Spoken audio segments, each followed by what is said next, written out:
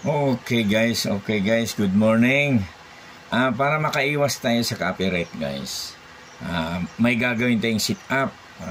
Kasi itong sit-up guys, pag kumakanta ka at copyright, magre-react si Meta. So hindi ngayon hindi matuloy yung ano mo, i-cancel mo yung ano mo, yung live. Ito yung mga sit-up na gagawin guys. Pumunta ka sa FB, tapos pagdating mo sa FB, what's on your mind? Tapos pindutin mo yun. Lalabas dito yung photo video. Tapos live video. Pindutin mo yung live video guys. Kapag napindot mo yung live video, nasa taas, mamimili ka dito yung sa kanan. Yung enhance off. Pindutin mo yung enhance off. So nakalagay doon reduce background. Pindutin mo yung nasa kanan na puti. Reduce background, di ba sa dulo niya? Pag napindot mo yung blue na siya, done mo yan siya. May done sa taas, done mo. So ngayon, sa baba, ito na ang forma niya guys. Nakalagay live. Go live. Sa baba niyan, yung may 3 dot sa kanan, pindutin mo yun. Pag napindot mo, hanapin mo yung earn star. Pindutin mo yung earn star. Pag napindot mo yung star, doon sa earn star, mayroong blue. Pindutin mo yun sa kaliwa. Yung sa star. Okay na. Tapos lalabas yung enable star live video, yun, enable. Tapos back. Tapos pindutin mo, hanapin mo yung advanced setting. Pindutin mo. Pag na-advanced setting, allow viewers to rewind. Pindutin mo yung yung dot sa kanan na puti. Di na blue na siya. So ngayon, done.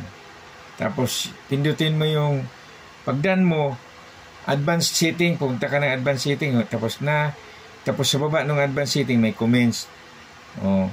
Doon sa comments guys, mayroon pa doon comment setting. Pindutin mo yung comment setting. So hanapin mo yung restricted. Pindutin mo yung restricted.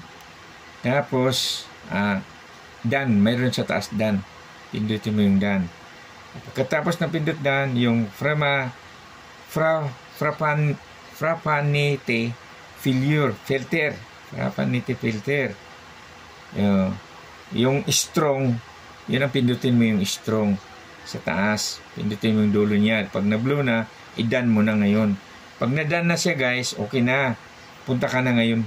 Balik ka na ngayon. Dito sa taas, i-scroll mo pababa. Yung add to your post.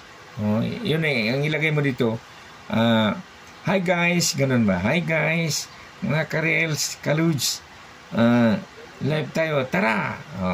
Ganun guys. So ngayon, pag live ka na guys, kumakanta ka ngayon. Pagkanta mo yung nakanta mo copyright, magre-react si Meta. Hindi, may lalabas na message ni Meta. Hindi ka ngayon matuloy.